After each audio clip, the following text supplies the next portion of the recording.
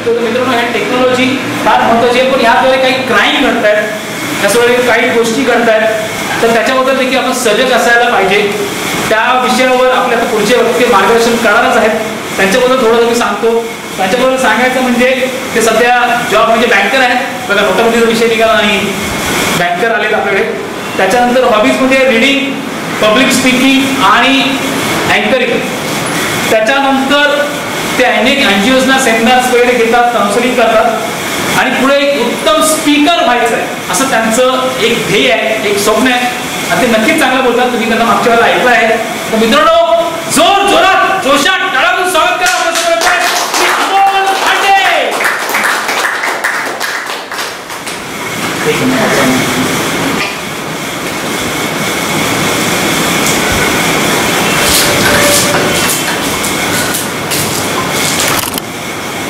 Yes नमस्कार मित्रांनो. नमस्कार. तुम्ही सर्व इंटरनेट बँकिंग यूज करता का? हो. तुम्ही डेबिट कार्ड क्रेडिट कार्ड वापरता का? हो. तुम्ही ऑनलाईन चॅटिंग करता का? हो. मित्रांनो जर करत असाल तर तुम्ही आता जे ऐकणार आहात ते खूप महत्वाचं आहे, ते तुम्ही लक्षपूर्वक ऐका. मित्रांनो आपण सर्व प्रकारचे गुन्हे ऐकतो, गुन्ह्यामध्ये काय येतात, खून येतात, दरोडे येतात, असे अनेक गुन्हे ऐकतो. पण तुम्हाला माहिती आहे अजून एक गुन्हे असतात, ते गुन्हे कम्प्युटर रिलेटेड असतात, म्हणजे इंटरनेट रिलेटेड. त्याला आपण असं म्हणतो सायबर क्राईम म्हणतो. सायबर क्राईम म्हणजे संगणकाद्वारे किंवा इंटरनेटद्वारे केलेली फसवणूक. फसवणुकीमध्ये काय काय येऊ शकतं, आपल्या अकाउंटमधील पैशांची किंवा आपल्या ऑर्गनायझेशनची डेटा चोरीला जाणं ही सर्वात महत्त्वाची गोष्ट आहे. आणि त्याच्यामध्ये विविध प्रकारे वर्गीकरण केले जातं. सायबर क्राईममध्ये अनेक त्याचे वर्गीकरण अशा प्रकारे केले जातात की ती फक्त बँक रिलेटेड डेबिट कार्ड किंवा क्रेडिट कार्डद्वारे असू शकतात, ते विविध विषयावरती असू शकतात. तुम्हाला अजून एक क्वेश्चन विचारायचं असा की आपण सर्व फेसबुक वापरतो, व्हॉट्सअप वापरतो, तर आपण पटकन आपली एखादी इन्फॉर्मेशन फेसबुकवर अपलोड करतो in the sense personal information. तुम्हाला माहिती आहे आपली personal information, date of birth ही आपली पर्सनल इन्फॉर्मेशन आहे. तर तरी पण ती आपण सर्वजण ऑलमोस्ट आपली फेसबुकवर डेट ऑफ बर्थ आहे, पण हे चुकीचं आहे. आपला फोटो आपली जे काय पर्सनल इन्फॉर्मेशन असते, आपली डेट ऑफ बर्थ असते, ही सर्व प्रकारे कुठे ना कुठे यूज होऊ शकते. त्यामुळे आपण जे काय यूज करतो त्याचा आपण खूप काळजीपूर्वक वापर केला पाहिजे. तुम्हाला अजून एक सायबर क्राईम बद्दल सांगायचं झालं, अशी एक गोष्ट काही वर्षांपूर्वी किंवा काही दिवसांपूर्वी एका अमेरिकेतील एका हॅकर्सने एका ऑर्गनायझेशनला, एका नामवंत ऑर्गनायझेशनला एक मेल पाठवला आणि त्या मेलद्वारे असं झालं की त्या संपूर्ण ऑर्गनायझेशनचा जो डेटाबेस असतो त्या हॅकर्सने सोडला आणि त्या हॅकर्सने त्या ऑर्गनायझेशनला धमकी दिली, तुम्ही एवढे आमच्याकडे पैसे द्या, जर तुम्ही पैसे नाही दिले तर आम्ही डेटा लीक करू, त्यामुळे तुमचं ऑर्गनायझेशनचं नुकसान होईल. अशी अनेक प्रकारची उदाहरणं द्यायची झाली तर असे अजूनही विविध प्रकारचे गुन्हे आहेत सायबर क्राईममध्ये. सायबर क्राईमबद्दल जेव्हा आपण बोलतो विविध प्रकारचे सायबर क्राईम्स असतात, थेफ्ट असतात, त्यानंतर विविध प्रकारची ऑनलाईन चॅटिंग किंवा ऑनलाईन आपण जे काही ट्रान्झॅक्शन करतो त्याच्यामध्ये विविध प्रकारचे गुन्हे घडले जातात.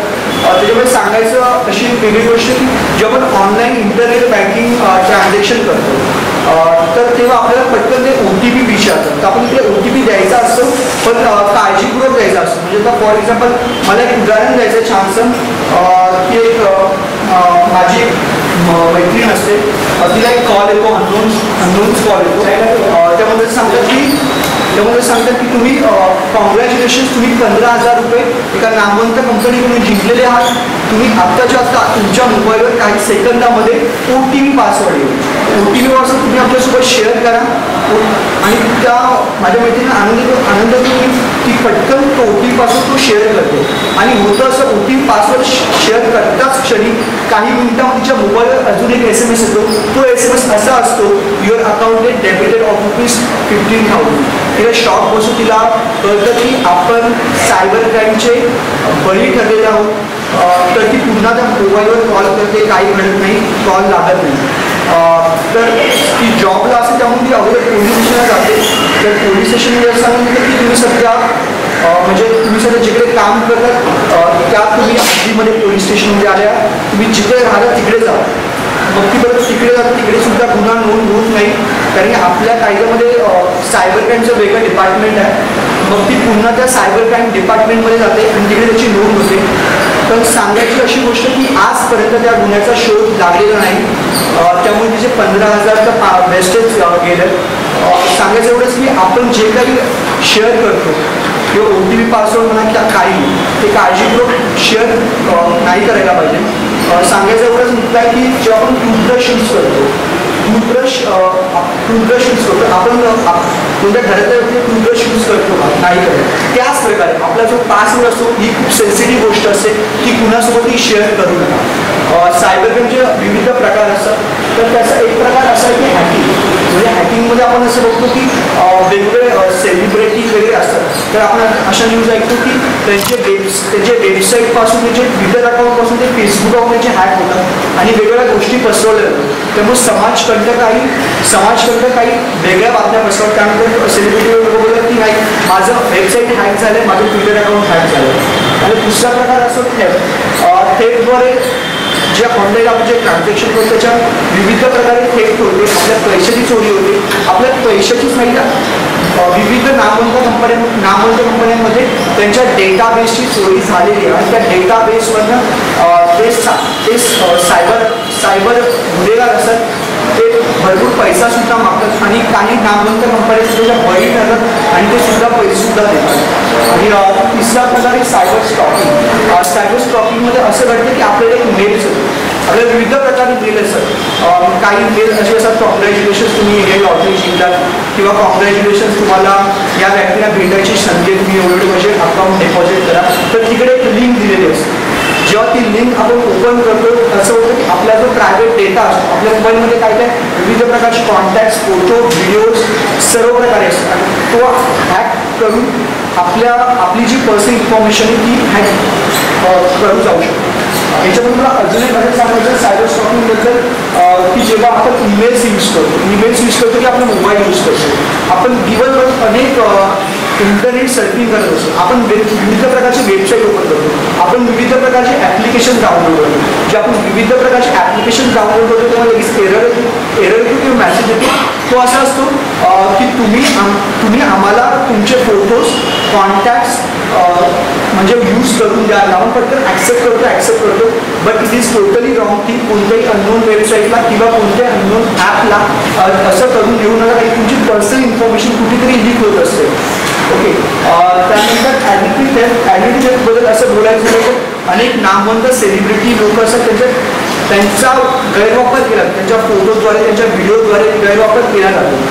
त्यानंतर काही सॉफ्टवेअर असे असतात की समाजघातक सॉफ्टवेअर किंवा असे सॉफ्टवेअर की आपण ज्याबद्दल आपण सॉफ्टवेअर किंवा डाउनलोड करतो ज्यावेळेला आपण यूज करतो तर विविध प्रकारे गैरवापर सुद्धा होतो. त्याबद्दल आपण काय प्रिकॉशन्स घ्यायला पाहिजे ते प्रिव्हेंटेशन्समध्ये आहे. आणि लास्ट टाईपचं child soliciting in abuse.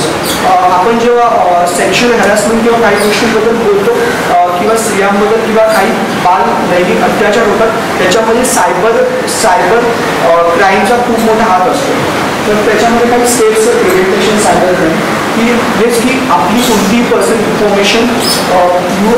Information कुणासोबत unknown व्यक्तीसोबत किंवा अननोन ॲप्लिकेशनसोबत किंवा अननोन कोणत्याही गोष्टीसोबत तुम्ही ती शेअर करू नका. जेव्हा ती आपण गोष्ट शेअर करतो तेव्हा ती इतर विविध प्रकारे कोणत्याही चॅनलसाठी सबस्क्राईब होऊ शकतो, विविध गैरवापर होऊ शकतो. अजून एक गोष्ट सांगायची झाली तर जेव्हा आपण मोबाईलमध्ये विविध प्रकारचे डाउनलोडिंग करत असतो तर एक सर्वात महत्त्वाची गोष्ट आपण जे काही सर्च करतो, म्हणजे फॉर एक्झाम्पल आपल्याला काही गोष्टी कळत नसतात किंवा कळत नसतात म्हणजे आपल्याला जो प्रश्न पडतो तो आपण गुगलवर सर्च करतो. मग जो सर्च करतो तर त्याचं कुठेतरी रेकॉर्ड ठेवलं जातं की म्हणजे किती प्रमाणात काय सर्च होतं. ओके. आणि जर आपण कोणत्याही प्रकारे आपण काही विविध सर्च केला तर त्याचं जे सायबर क्राईम करणारे लोक असतात त्यांना माहिती पडतं आणि ते विविध प्रकारे आपल्यावर वॉच ठेवून असतात. आणि इव्हन जे आपण मोबाईल यूज करतो, फेसबुक यूज करतो, व्हॉट्सॲप यूज करतो, जे काही आपण ॲप्लिकेशन्स यूज करतो किंवा ते डाउनलोड करतो त्याचा कुठेतरी रेकॉर्ड ठेवला जातो आणि त्यानंतर त्याच्यावर वॉच ठेवून ते तशा प्रकारचे आपल्याला फेसबुकवर किंवा पर्सनली मेसेज पाठवतात.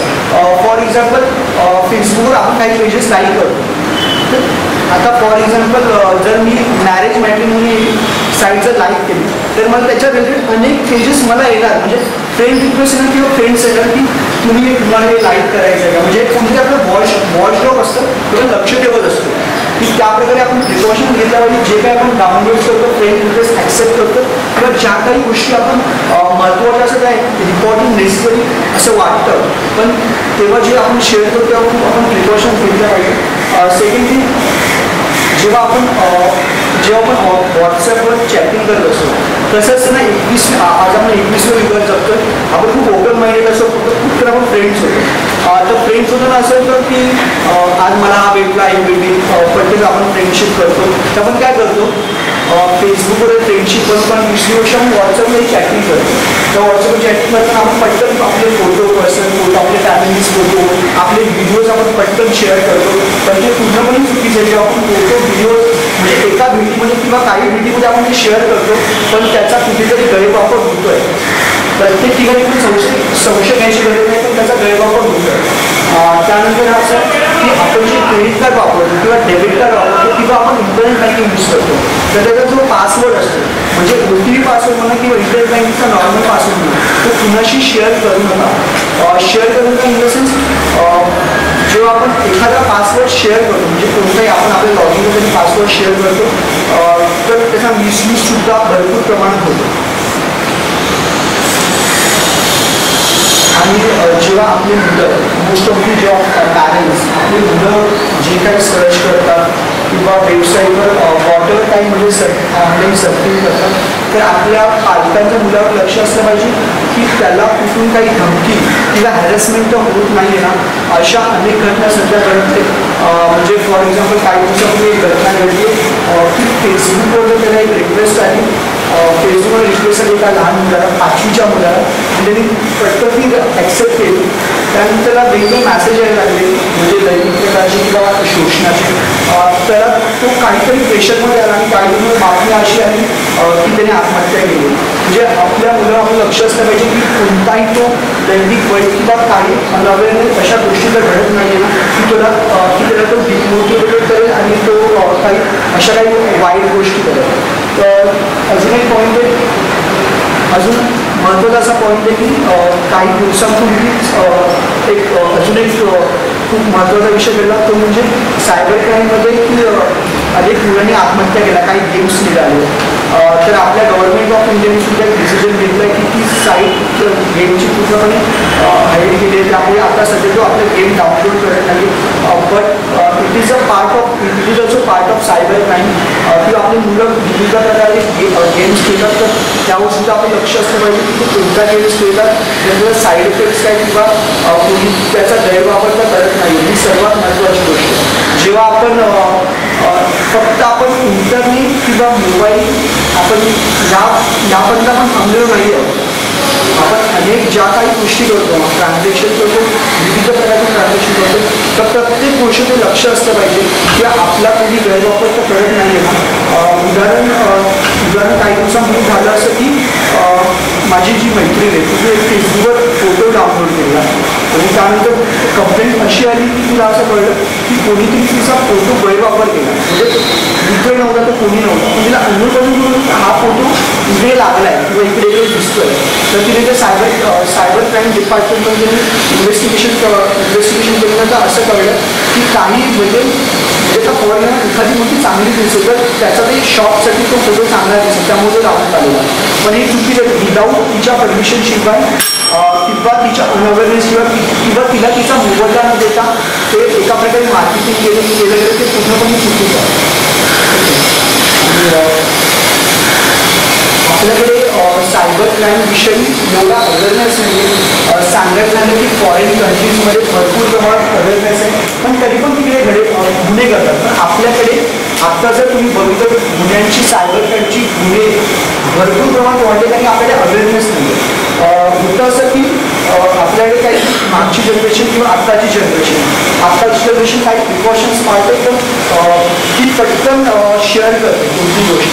त्यामुळे आणि आपल्या मागच्या जनरेशनचं असं झालं की पटकन ऑनलाईन होत नाही, जर झाली तर त्यांना एवढा अवेअरनेस नसतो. त्यामुळे होतं असं की आपल्या जे government of Indian IT department आहे त्याच्या वेगवेगळ्या ठिकाणी वेगवेगळे मार्ग शोधतात की ते अवेअरनेस कसं कराल, म्हणजे सायबर क्राईम म्हणा किंवा सायबर क्राईममध्ये घेणारी काळजी म्हणा ते कसं अवेअरनेस कराल याबद्दल ते वेगवेगळे वर्कशॉप्स कंडक्ट करतात, सेमिनार कंडक्ट करतात, ॲडव्हर्टाइजमेंट कंडक्ट करतात.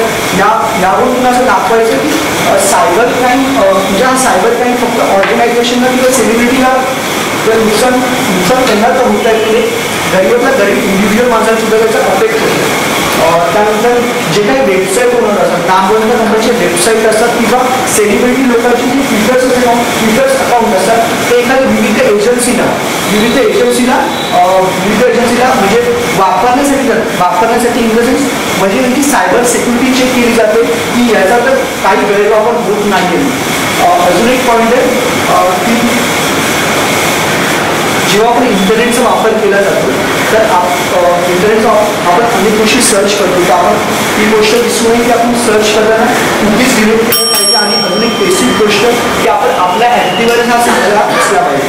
मी एवढं सांगेन, सुरक्षित राहा.